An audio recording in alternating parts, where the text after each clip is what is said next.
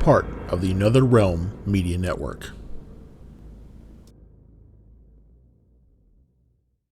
Coming up in this episode of a supernatural explanation. I'm trying to think how to phrase my question. Do you think that we put too much contextual parameters around supernatural as a potential explanation, or should it just be considered as one of the many explanations for a given scenario?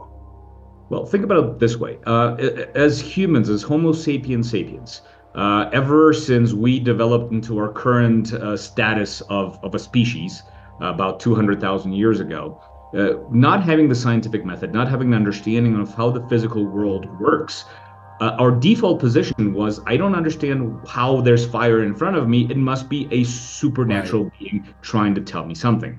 Now, as we developed a scientific method and understood more and more things, that notion of a supernatural entity playing in our daily lives was reduced more and more. Now, my interpretation of the word or the definition of the word supernatural means it's beyond our natural realm. Mhm. And part of the issue we find with when somebody refers to a deity is that it's something that many people define it that way. It's something that's outside of our reality. We cannot see it, we cannot prove it, we cannot interact with it, and therefore it's not really part of the natural realm. And that. Welcome to this episode of Mysterial Experiences, where we delve into the heart of mystery and the ethereal. Today we invite you on a voyage through shadowed realms of the unexplained. From spectral whispers to cosmic enigmas. Join us as we explore tales and phenomena that challenge our understanding of reality, in a quest to uncover truths hidden in the fabric of the extraordinary. Prepare for a journey into the unknown, where each revelation is a step closer to unraveling the mysterial. Hello, everyone, and welcome to another episode of Mysterial Experiences. Today we have a very special guest.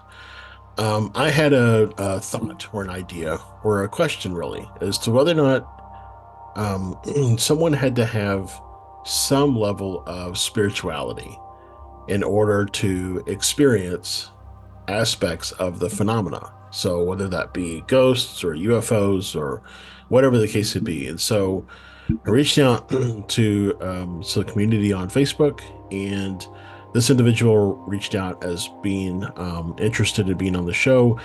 And so Gricha is his name, him. He describes himself as a nihilistic, objectivist, atheistic, agnostic, skeptic.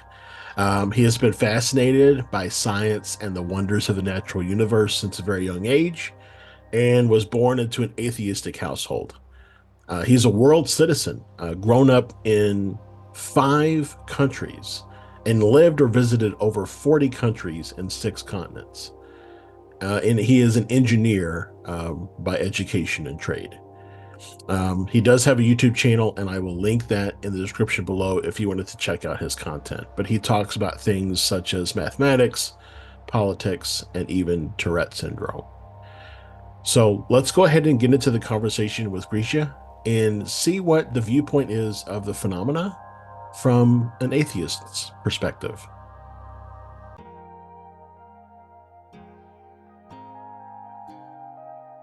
Are you ready to embark on a journey through space and time?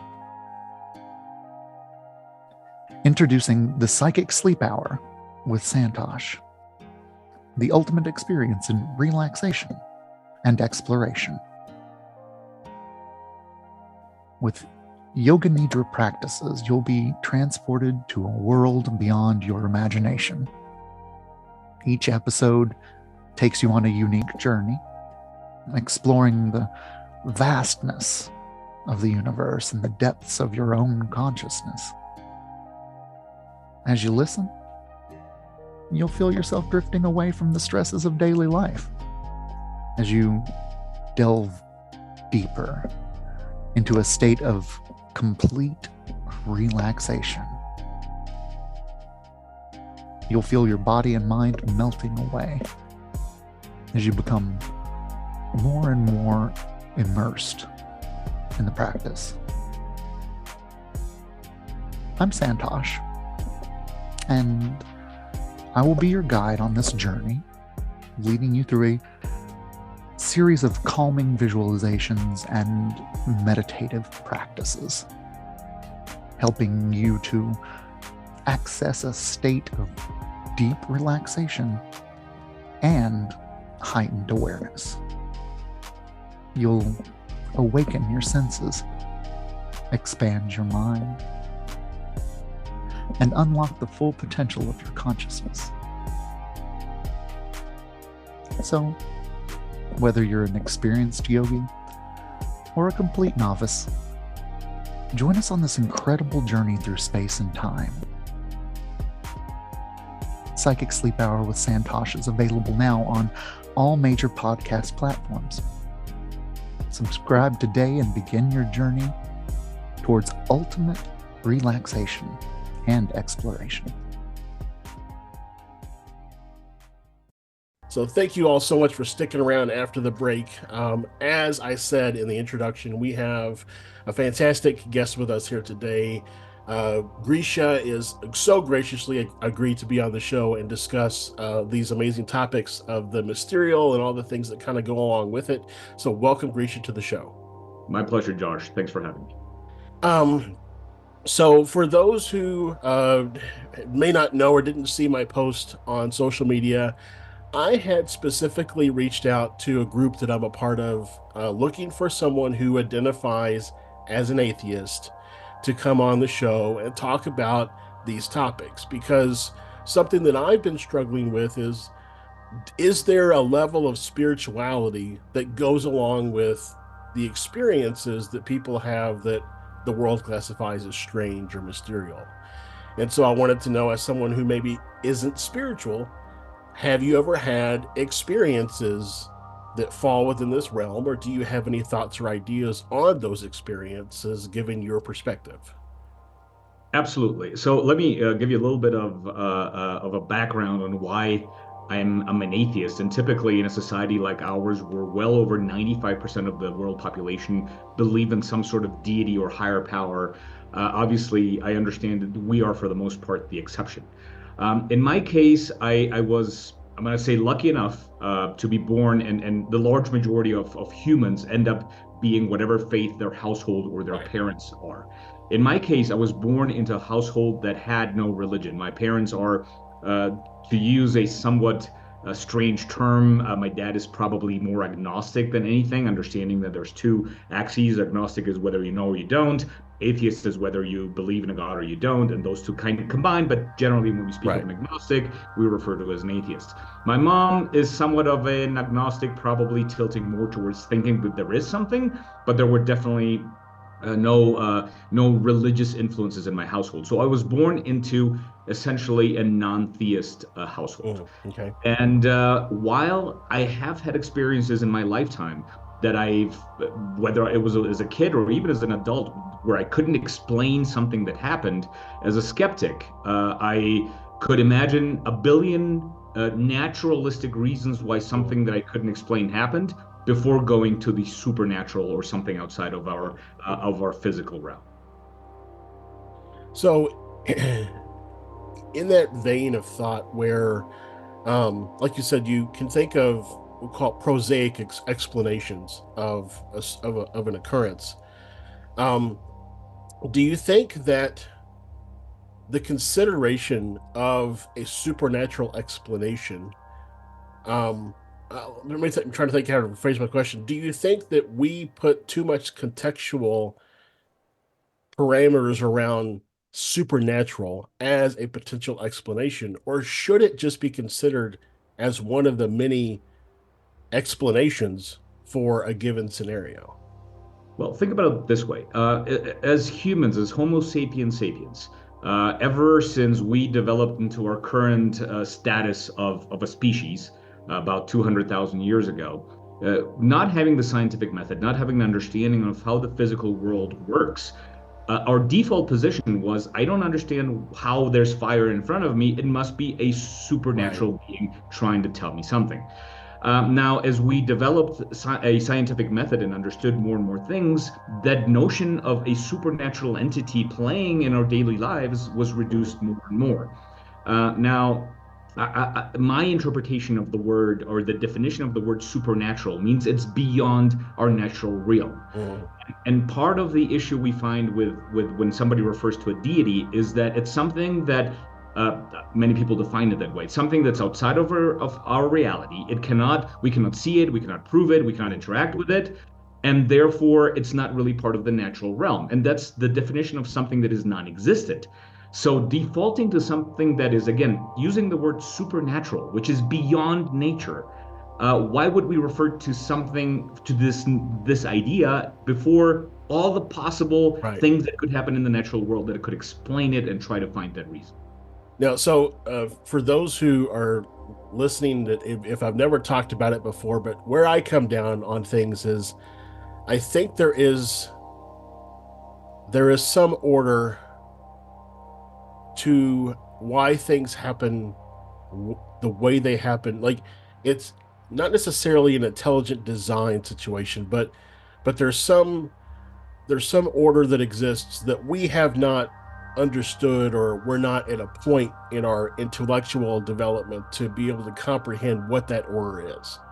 And so, to your point, I think what we do is previously in our life, in the humanity lifetime, we would have looked at that order and said, a deity, a god.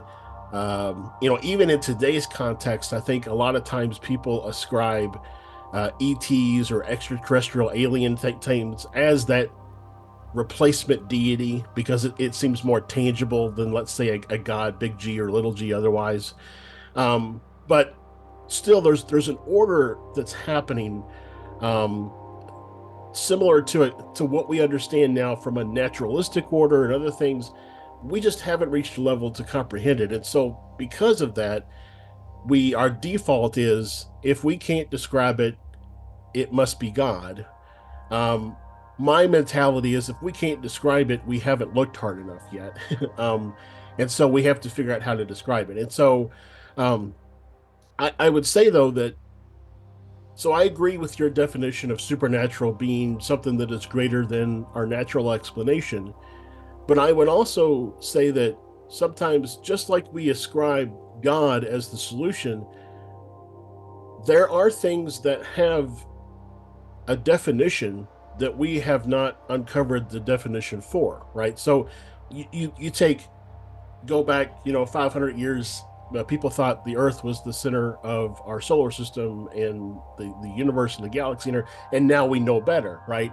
And so, what will we know as it relates to other dimensions or other planes of existence, or whatever the case may be, as we advance in our understanding of reality? And so, I think that the lazy answer, honestly, is it's God. The more thought out answer is, let's really start to sit down and think about, what are some tests we could perform. What's the scientific method that we can apply to figure out, can we define these things that we have previously not been able to? Absolutely. And so, to your point, from an epistemological point of view, which is theory of knowledge, understanding how Right. we know things, right? If you tell me that there is something that many of us are calling God, there is an entity of some sort that interacts with us, that cares about what happens in our daily lives, who we have sex with, all these things that Right. are attributed generally to Abrahamic monotheistic religions, where the God is worried about our daily life. Right. Let's say that there is an entity like that, and it actually interacts with us on a human natural plane.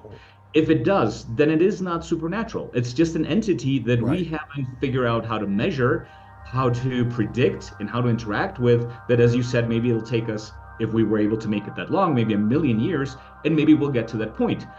To that point, then it would be indistinguishable from an advanced civilization, an alien civilization. Right. So to that point, I think that perhaps there is something like that. But the point I was trying to make is, if this entity is indeed beyond our natural realm, Mhm. And it's something that, as you said, created everything that is currently here. That is very complex. I mean, we agree that all the way from an eye to a cell to the universe, Mhm. it's very, very complex. And how could that just happen randomly? Fair enough. So it must have been created by something or someone outside of the realm of what we Mhm. consider nature. But then that begs the question of infinite regress, which is basically fine, the universe is too complex, something must have made it, implying that the thing that made it is more complex than the universe itself, right? Mhm. So if that's complex, what made that? Because it can't just happen because it's too complex. And then if we go back and say the same question is like, what created that and what created that? And we're just moving upwards in the Right. complexity scale. And the if the fundamental premise is it cannot happen by itself because it's too complex, well, then that premise is even harder to apply on beings that are more and more Right. complex as you go back in that infinite progress. Well, and I think that also there's a very key element here is that we can only explain things within the context of our existence, right? So we, if it's more complex than what we know, we can only take, like I gave somebody the example of it would be like taking a Sumerian text and doing a direct translation to English, right? We're going to lose contextual details along the way because there is no direct translation. It's the same way as trying to look at that greater order, that greater deity, whatever the case may be, and explain how they're created, how they exist in our terminology, that we would understand. We're going to lose things in the process, and so in the process of trying to do that, we are where we are now with, I think, a lot of our religious understanding. Absolutely. Um, But again, a lot of our religious understanding, as you put it, comes from books that were written. There are translations, right, from hearsay, from understanding, for interpretation, from different cultures and different people. And so it's not really empirical knowledge that was based on right, observations, but rather somebody told me. So while and I'm sure you know this, Josh, but there's strong atheism and weak atheism. Strong atheists are the ones that ascertain that there is no deity in the entire universe or universes without proof, and that's to me as ridiculous as saying that I know for a fact that there's a deity. right, Versus the weak atheist, which is what I am, is like I don't think there is one. I'm skeptical. I haven't seen evidence. If you show me evidence that right. matches my requirements for evidence, maybe I'll accept it. Now, I usually pose the question back to people who believe in a deity based on these scriptures, and that is, what is your standard of proof of evidence? Has it been met? And if so, please show it to me so I can at least understand where you are coming from. So, there's a lot to this. Well, and I think, and I don't want to get, because this is not really a religious podcast, but I don't want to get too far down the religious line here. But I think there's also an element of, and you hit it really, really close on the nail on the head there. It's all perspective, right? So, what is evidence for you versus what is evidence for me are two different things potentially. And so, it really boils down to, for me, if we think about going back a few minutes to the discussion around, the life that created us must be more complex than us and than what created it, and so on and so forth. Where is the thing that comes back for me is what is the purpose? What do I gain by understanding that information? How does it translate to my life, the bills that I have to pay, the raising of my kids, the relationships that I have. So it's sometimes I think the knowing, uh, basically we're asking the wrong questions. Knowing the answer of who created us and why is maybe not the biggest answer to know. Maybe it's just the bigger answer is what are we doing here in this lifetime, whether you believe in reincarnation and you believe we have our opportunities to have multiple lifetimes. The point still remains, if you're let's look at it from an experiment perspective. Let's say that life in the life that you live is an experiment, and you are conducting a series of experiments in the interactions and relationships and the experiences that you have with other things on this planet. um, you're conducting an experiment looking for supposedly some sort of an outcome. Um, that's the only reason you conduct experiments, right? You want to gauge the results and adjust your experiment. So I think the bigger question is not so much who created everything, why did they create it, what does it mean for me if they did. It's really the question is, why are we here interacting in this time of existence and meaning, and what are we meant to glean from these interactions? Yeah, and so that is the basis of philosophy. It's understanding why we are here. Mhm. Now, from a purely philosophical perspective, I'm more of an objectivist nihilist. I don't believe there's a reason for us to be here because that automatically implies that there's somebody who put us here with that intention in mind. So for me, is like I subscribe to the we just happen to be here. Life could have evolved either from the primordial ooze on the planet, or maybe it came in from an asteroid that crashed in here that had the DNA and the basic building blocks for life. But to your point, it doesn't to me it doesn't matter. The fact is we are here. Mhm. We have a very limited biological lifespan. It's nothing compared to geological, let Oh, alone right. astrological.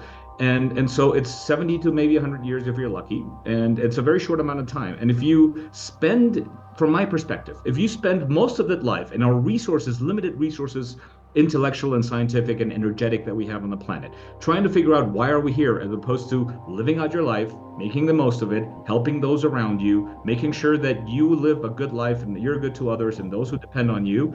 To me, that's the perfect outcome. I don't need to know why we're here. I'm Mhm. assuming we just happen to be here. So, but I understand that for the majority of humans, trying to understand why we're here if there's a reason, or just accepting what other people tell them is the reason we're here, maybe is enough. And that's what they need. For me, just knowing we're here, make the most of it is actually sufficient, which I understand is a little different from the majority of humans.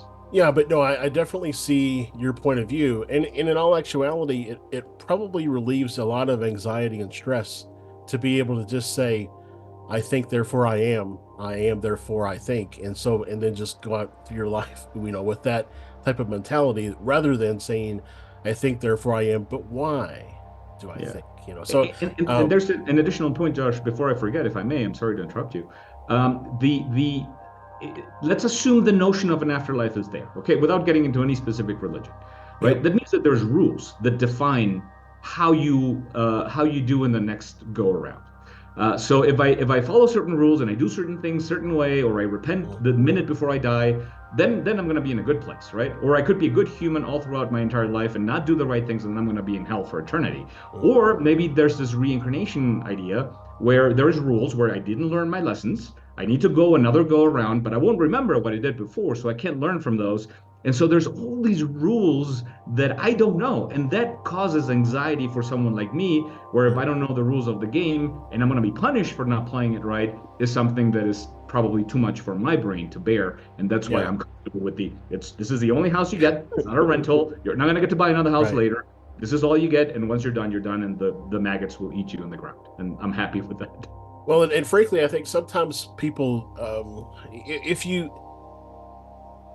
if you ascribe to the idea that reincarnation is real, and I tend to ascribe to it to an extent. I don't think of it as reincarnation. I think, though, that we are all living all of our lives that we're going to live simultaneously. That there is no such thing as reincarnation or pre-incarnation. It's all happening at this moment. But if you believe in reincarnation, that almost gives you an out in this lifetime to say, well, if I mess this one up or if I murder somebody, I'll just redo it next time. But so I think in that regard, if anybody who ascribes to reincarnation is of that mindset of, well, I can just hit reset and get another go at it, I think that's the wrong mentality to have. And I think that the gurus who would talk about reincarnation of our past probably didn't have that mentality in mind when they first started, talking about the possibilities of reincarnation. Um, Absolutely. Yeah, I and, agree. and but also just want to take a step back real quick and hit something that we were talking about a little bit a moment ago. You talk about people that read things in, like the holy texts that we have, the Bible, the Quran, other, the Book of Mormon, so on and so forth. Those things were all written down by people. Then they can say that they got them from, the deity or through a dream or a channeling or whatever the case may be. But Divine at the end of the revelation. day, right, immaculate, you know, you know, writing it down. I can't think of the word right now, but um, bottom line, you're still following someone else's point of view or perspective. And I think the big thing in order for us to move forward as a society, in my opinion, it's for us to, regardless if you want to ascribe to that religion or not, is to get to the point where you realize that no one is coming to save us. We have made our own bed and we need to either lie in it or fix it. And only humans can solve human problems. So, Absolutely. And if you think about the fact that 99% of all species that have ever inhabited this planet, they're all gone. Six mass extinctions, right? Five. right, We're in the six right now. There's nothing to imply that we are somehow going to be above all those other species that have lived right, and that we're going to survive. I always make the point that the only way that humanity will survive is to become a multi-planetary species because this rock, even if it's 5 billion years, will be swallowed by the sun. So right, even if we do everything right, if we don't get off this rock, we're not going to survive as a species. And we're not that special other than having frontal lobes and critical thinking and right. asking why we're here. So Yeah. So moving on a little bit, still within the vein of what we're talking about, but so you mentioned that you've had some experiences in your lifetime, and you've been able to, for the most part, ascribe, let's say, natural explanations for those things. You yourself being not of a spiritual nature, let's say, do you think then that kind of removes the supposition that I made at the beginning of the show that there is some level of spirituality involved in having experiences with the unknown, the strange? see, the thing, I think I'm a little more basic in terms of understanding the word. See, when somebody says spirit or spiritual or God, I first have to ask what that even means because the word itself doesn't have a meaning to me. I don't understand what is meant by Yeah, spirit. There's probably every person has their own definition of the word. So I'd probably bounce it back to you. First, help me understand what you mean by sure. spirituality before I can actually answer the question. So spirituality, in my mind, would be, at its root, spirit. There is some part of you that is greater than you. You are more than the sum of your parts. Let's say there's some part of you that either exists outside of time and space, outside of this natural kind of reality that we understand and interact with on a daily basis, or that has the ability to exist outside of time and space when maybe this body ends. So it is a part of you that exists beyond the physical realm. The belief that there's a part of you that does that, and then how and why, all that's where you get into like the definition of religion and the different spiritual practices. But at its root, it's there's some part of you that is bigger than what you see when you look in the mirror. Understood. I understand your definition. I don't subscribe to it. From the way I describe my position in terms of who we are as a human, as a person, as an entity, if you will, is if you cut off my arms, you cut off my legs, it's still me. If you replace my stomach, my intestine, my heart, my lungs, everything with machines that can replicate those functions, Mm. you connect them straight to my neck, feeding my brain with the nutrients and the oxygen and the blood flow it needs, it's still me, right? As long as my brain is still there, it's still me. If you remove my eyes, everything, you just leave my brain and you feed it with enough substances that it needs, and I can still somehow convey information to you, it's still me. So, from my perspective, we as a human, as an entity, are nothing but the synaptic connections in our brain. And I always make the joke that if you're ever involved with a brain donation surgery or replacement, make sure that you're the donor because that's you. If you remove a person's brain, you leave the body intact, and we're able to put someone else's brain into that body, it is no longer you. It's now whoever's brain was transplanted onto your body. So, from my perspective, and the reason I struggle so much with the concept of spirituality and spirit is because for me, we are nothing but the sum of our synaptic connections and our neurons communicating with each other. So the notion that there's something that transcends our physical body, time and space within this realm of nature is something that I just cannot understand and cannot subscribe to until I see evidence for it. Until you see evidence of it. So let's tangentially pull at that string a little bit and talk about ghosts. Do you, I believe is not the right word. Do you accept the existence of ghosts? Can you define ghost first? That's a good question. Define ghosts. A physical reality manifestation of a previous existing human intelligence. So Is that too high level? no, I understand where you're coming from. I always ask that question because I think it's important for anyone who believes in anything outside of the natural realm that they define for themselves what it is and put into words. What you said, I understand, is a general notion of a ghost in Western society, but that requires, again, that there's something beyond just your physical body and your synaptic connections. So I believe that once your body dies, once your heart stops beating or your brain stops working, because of trauma or because they cut half of the brain out, that's the end of your existence. And I don't believe that there is any existence or notion of your intelligence or the essence of who you were beyond what's contained in your body. So I guess I would have to answer to that question that I don't believe in ghosts. Okay. So then if I could ask the question, have you ever seen a picture of what is purported as being a ghost that you would not be able to ascribe a natural explanation to?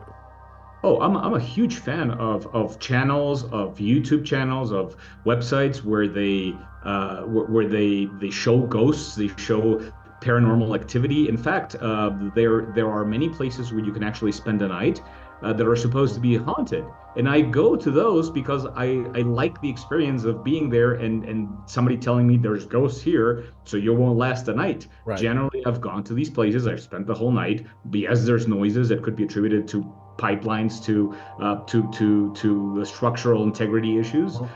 But I've never experienced anything. And if you tell me that it's on video or on photo, I mean, Photoshop probably has a button that says insert ghost here.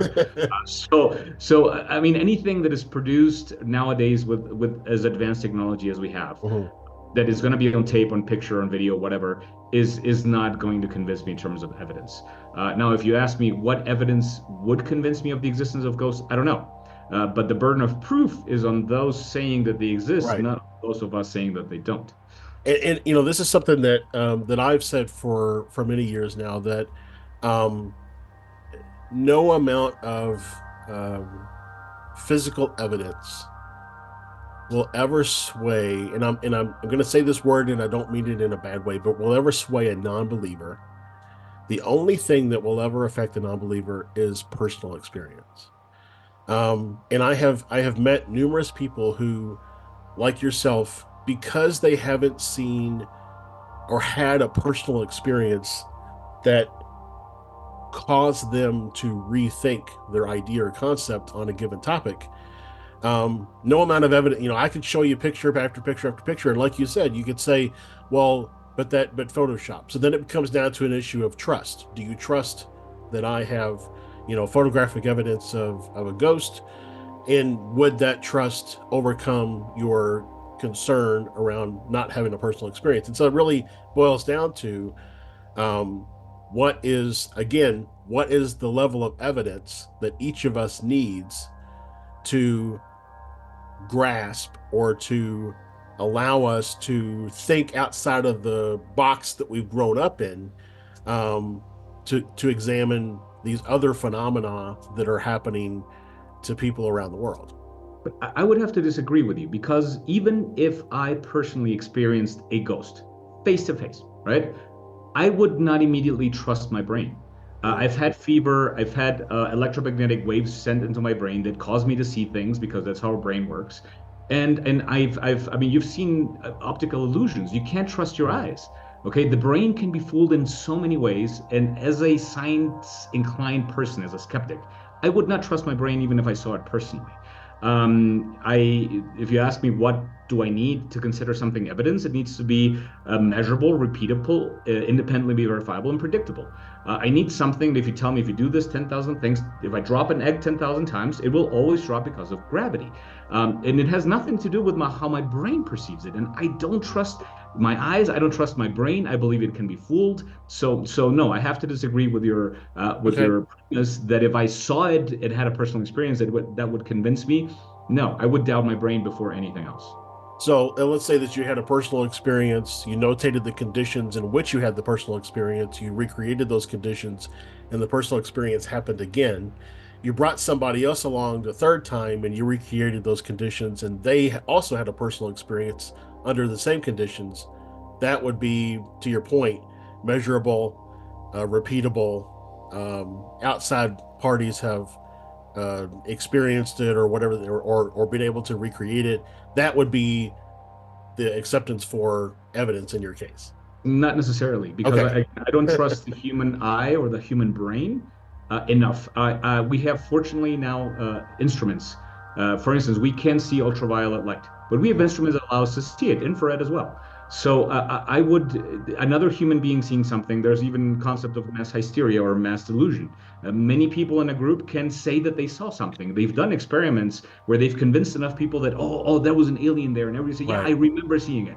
So humans can be manipulated. That's why we need to separate ourselves from our perception of reality to something that is a machine, that's something that's scientific, that is not dependent on the human perception and how we are manipulated by whomever's trying to convince us. So no, that would not be sufficient evidence if Okay. somebody else same thing. All right. And I don't want to keep going down the road of what is sufficient evidence, but it's really interesting because you make several valid points. I mean, I talk to my kids quite a bit about and they're 9, and my wife sometimes gets mad because she thinks that I'm talking with them about too advanced concepts. But I talk to them about how you know you don't necessarily see with your eyes, you don't hear with your ears, you don't touch with your fingers. You all those things are interpreted by the brain. And so your eyes, for all we know, are taking in way more than what your brain is actually allowing you to quote unquote see.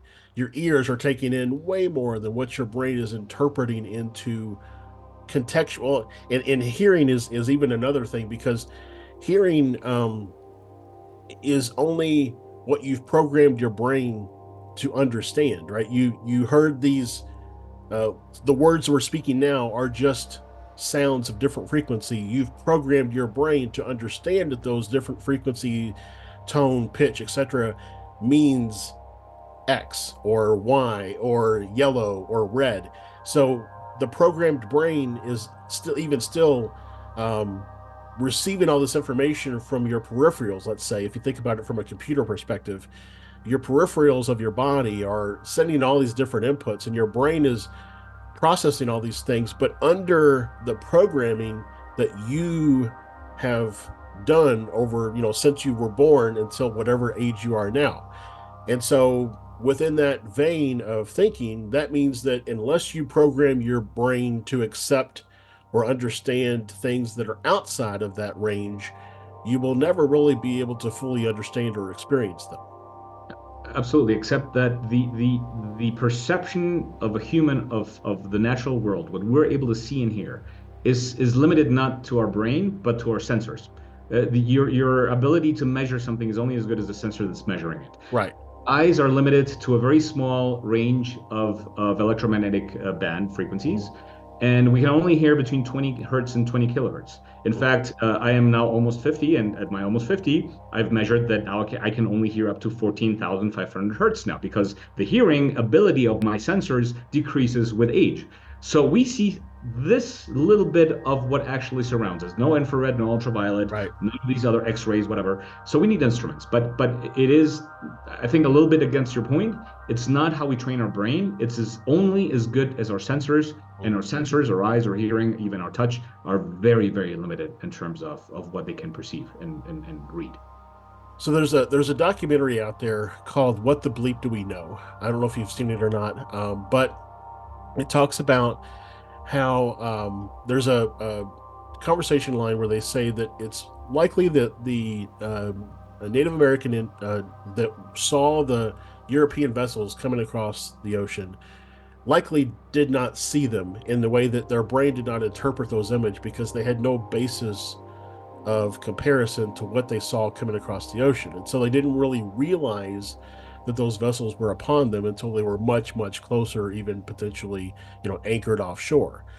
So that idea or mentality of if you have that's what I was going for when I say there may be other things that we see, our eyes see, that are within our visible light spectrum, but our brain filters out because we have no context of comparison. So there's no societal context perhaps to interpret what we're seeing, but you still know that you're seeing something. I Right, don't necessarily agree with the concept of filtering out, because you light comes in and hits the back of your eyes, the sensors, the right, cones, the rods, and it goes into your brain, and you know there's something there. I may not know what it is, right? I may not understand this huge rock in the sky that is right there. I don't know right. what it is, but it's there. I know it's there. I just can't explain it. So I don't necessarily agree with the concept of filtering, other than being distracted. I mean, when my wife talks to me, I often filter out things she's saying. Is like, I told you 3 times. I'm like, yeah, but I clearly filtered it out. Right, But that's just a mechanism in my brain that maybe is just focused on other things because we're not good right. multitaskers. But not necessarily the fact that we're not perceiving it. It's just we're not paying attention to it. So, moving just shifting again just a little bit. So, what are your viewpoints or thoughts on the possibility of intelligent life that is at least at our level of intelligence or greater elsewhere, either in our solar system, galaxy, galaxy cluster, whatever the case may be? So if you understand the number of galaxies that are out there and how many stars there are on each of them, we're talking about trillions and trillions of Mhm. potential places, planets where life could evolve. To quote, and I don't remember who said this, but I think it was a famous physicist that said, whether we are alone in the universe or we're not alone in the universe, both are terror-causing ideas and notions. Mhm. Now, if we are in fact the only intelligence out there, and we haven't seen evidence for it being any different, then that's a horrible waste of space. Mhm. If there are in fact other intelligences, and the fact that we haven't interacted with them or even been able to realize that they're there, it's obviously because of the Fermi paradox, right?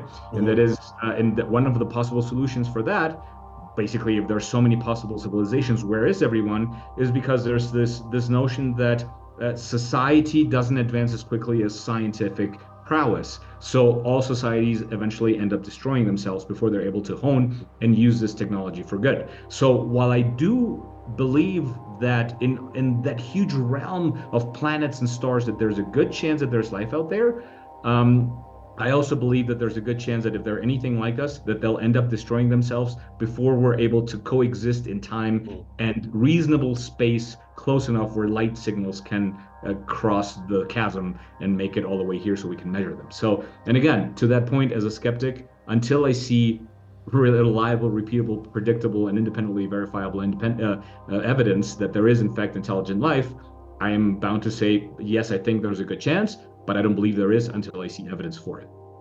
Yeah, and I think I was talking with somebody else recently about again what is the appropriate evidence for certain people.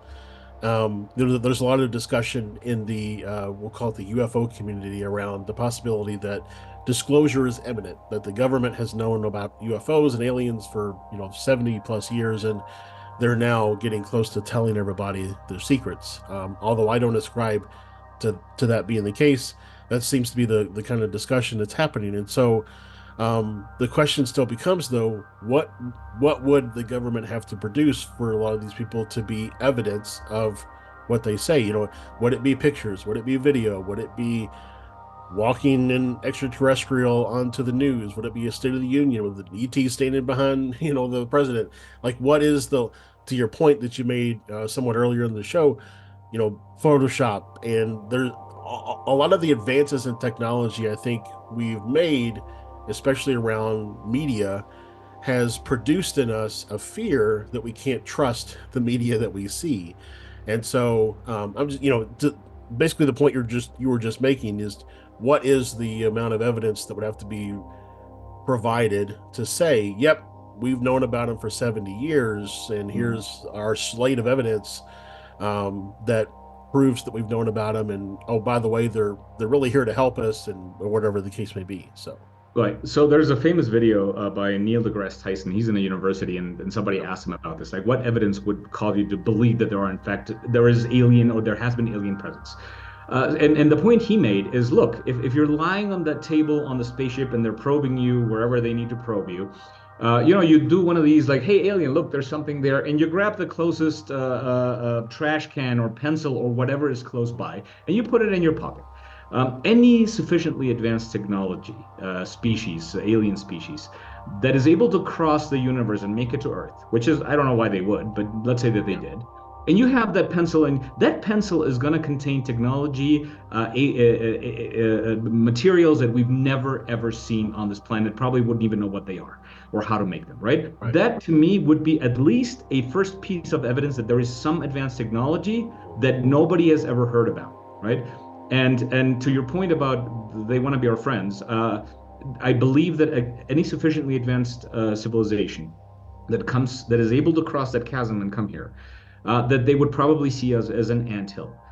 You don't worry about the emotions and the concerns and the daily lives of a little anthill in your backyard. You put poison venom in there, poison to kill the fire ants, and you don't care what happens to them because they're so insignificant and so inferior. And I believe that in advanced technology like this, we would be more of a curiosity, probably come to get some of our natural resources, refuel their spaceship with hydrogen, and then leave, if not destroy us, or maybe even make us into slaves. But that's even assuming that they made it here. And again, to your question, what would be enough evidence? I would probably want to see a body, want to see investigate their DNA. Their DNA strands are going to be much different from anything on this planet, and any sufficiently advanced technology that we've never, if when we had vacuum tubes, if you showed me transistors, integrated Right. circuits at that point, maybe 60, 70 years ago, I would have said, yep, that's alien technology. Nowadays we have it. I don't know where it came from, Yeah. how we made the transition. Maybe it was aliens, but I'd have to see proof that it came from there. Well, in thinking a little bit about something I said a little bit earlier around, we are humans, we apply human context to things. To your point around the vacuum tubes and the resistor, if at the time that all you knew was vacuum tubes, if somebody showed you a resistor and you had no context of what a resistor was, what how would how would you classify it as alien technology? The point that I'm trying to make is that maybe we have been shown things, and because we have no frame of reference, we have no contextual information, we ascribe it to a rock, we ascribe it to a tree branch, we just say that that's some weird fish that we found we found in the ocean that we've never seen before. Look how weird this thing is, cephalopods, for example. So it's I do think that there's some level of um, understanding that we have to have, and that I think it's presumptuous for us to say when we see ET or alien technology that we would understand it to be ET or alien technology. That there's a little bit of an arrogance there, even to say that we would just be able to, yep, that's ET technology. So I think that in some regards, the possibility at least exists that there could be things that we see that we don't fully understand.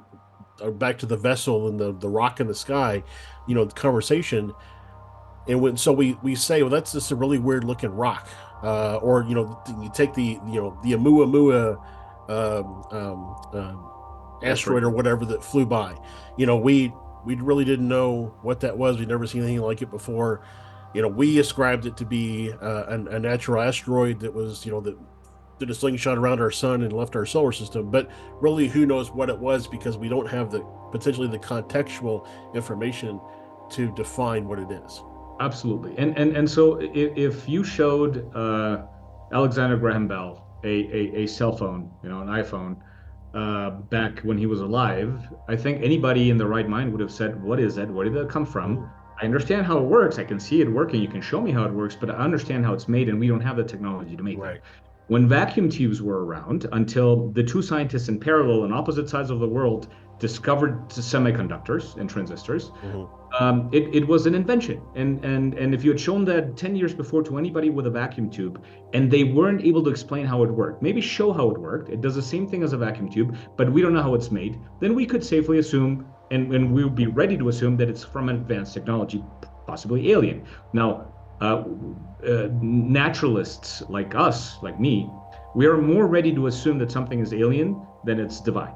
All right. It's again natural. Yeah. Aliens are natural. They exist in the universe we do. And maybe there's a chance that Uma or the asteroid or transistors or whatever are in fact alien technology. We're more ready to accept that, especially if somebody just shows it up, whips it up, shows it in front of a big stadium. Hey, look, I have this thing. I don't know how it works, but look, I can project a lightsaber, Right. right? We can control light like that. Obviously, that is an advanced technology. Now, maybe the government has had it long enough where, like the case of the transistor, where they're like, no, we understand now how it works and we can tell you that we developed it, and maybe we'll believe it, right? I Right. still I still would be willing to even accept that transistors is maybe taken from an alien spaceship. But then I want to see the alien spaceship. I want to see Right. where it came from. And you can't just tell me it came from an alien spaceship. Right. We're not that gullible. We're skeptical.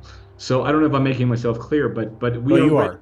We are Yeah. ready to accept alien advanced technology, but we need proof. We need evidence, and we need something that we can hold and measure and poke around with Mhm. and X-ray to see that it is in fact beyond anything that we as humans with our current state of technological advancements can Right. produce. And I think that there's something else that pops into my mind is Avi Loeb. I don't know if you're familiar with this story or not, but Avi Loeb is kind of the big guy that was all about the Oumuamua thing when it came through, and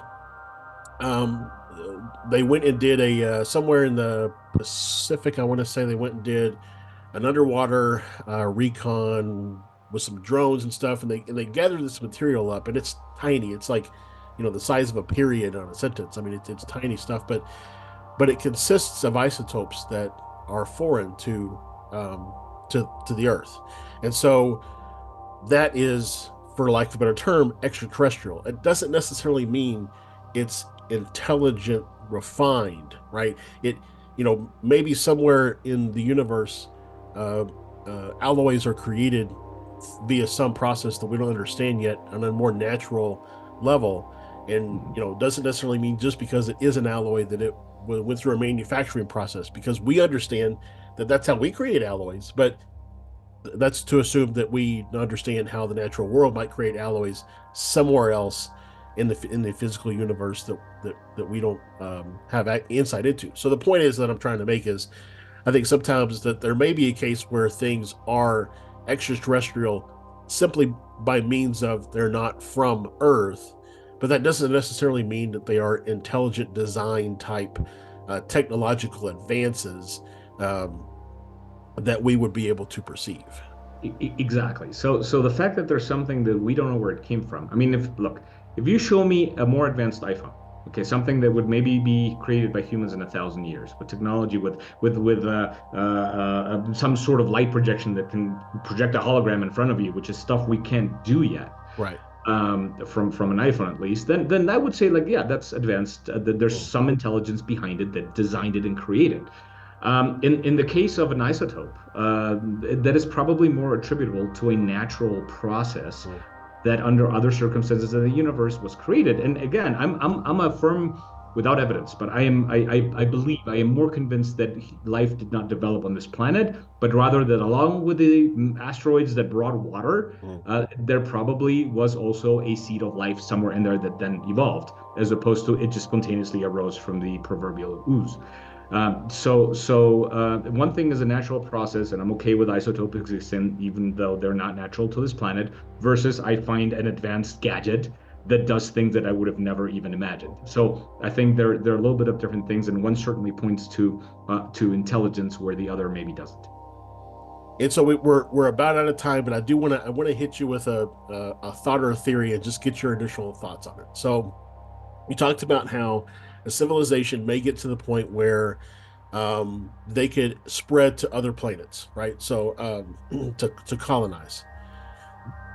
Uh, Thoughts around the idea that perhaps our existence on Earth was a colonization from another species. Something happened where we lost touch with our originating homeworld, and we've just basically had to reinvent ourselves in this space over generations. Thoughts on that? Absolutely. I think that's plausible. I would much readily accept that we're actually in a matrix and we're a big holographic Right. experiment with enough intelligence to think that we exist. I'm a big sci-fi fan. I like Battlestar Galactica, I like Star Trek. Not science fiction, like science fantasy, like Star Wars, but more science Mhm. fiction. Right? Battlestar Galactica, Star Trek, where they've actually used this premise that we are a civilization that was deposited here either by mistake or as part of an experiment, and then somehow they just let us go on our own merry way, and this is where Mhm. we ended up. Do I think that's possible? Absolutely. It is well within the realm of reality. It can happen. We will probably, if we're able to leave this rock and the solar system with some advanced technology, where we can compress space and travel faster than light, Mhm. then maybe we'll do that ourselves. And then a billion generations in the future, the descendants of humanity will ask the same question, maybe lose contact with us and all historical Right. proof of that. But yes, absolutely, I think that's a possibility. But again, in order to ascertain or somehow say that is a fact, that I'd need evidence of that. Mhm. So, in closing, are there any kind of last thoughts or ideas that you would want to posit out there, or even from an atheistic perspective? Is there anything that you would want to posit to anybody who listening who maybe wants to consider the atheistic viewpoint, a book they should read, or a documentary to watch, or anything like that that you would throw out there? Well, again, as atheists, all we are is, I mean, we're also a unicorns, right? We are a gnomic. We don't believe in gnomes. We don't, the fact that there's a name for somebody who doesn't believe in a deity is just a reflection of Mhm. humanity and its need to believe in a Right. superior being. But really, what I would almost say is read books on logic, read books on critical thinking, and evaluate what evidence was presented to you other than your parents said so or your priest said so Mhm. that convince you that there is in fact a superior being that cares about your daily life, a personal relationship with you. So I think just being critical about that is like, why do I believe this? It is just because I was born in a Christian household, in a Muslim household, and whatever. It happens to be a geographic social area where you were born, or do you believe it because the evidence presented to you truly satisfies your need for empirical evidence? And I think if more humans ask themselves that question beyond just I was told by my parents that this is reality, and so I have to go with it. That we would probably have, if not a friendlier, but certainly a more easily coexisting Mhm. uh, society. Again, under the premise of critical thinking. Well, I think that the idea there is that if you possess the critical thinking skills to ask those hard questions about your religious or spiritual upbringing, um, logically, you should then have those same critical thinking skills when it comes to other topics outside of that vein. And so, yeah, I completely agree. I grew up in a Baptist church, grew up Christian until I got to the point where, to your point, the evidence that was provided didn't it didn't make muster for me, and so I started seeking answers elsewhere. So, yeah, so thank you again, Grisha, for coming on the show today. It was a fantastic show. I enjoyed every minute of it. Do you have anything? I don't know if you've got a YouTube channel or your own podcast or anything going on that you would like to plug or let people know about. I do have a YouTube channel. It's my name, Gricha. It's right there at the bottom. And it's a YouTube channel that goes all the way from mathematics to talk about physics to Tourette syndrome and other diseases that human. Touch on many topics, not only science and religion, but that's basically my online presence. Yep. And so for those of you that are listening or watching this on YouTube, his channel will be linked in the description below. So thank you again for coming on the show. I've greatly enjoyed it. And thank you Likewise. all for listening and watching, and we'll talk again soon. Thank you.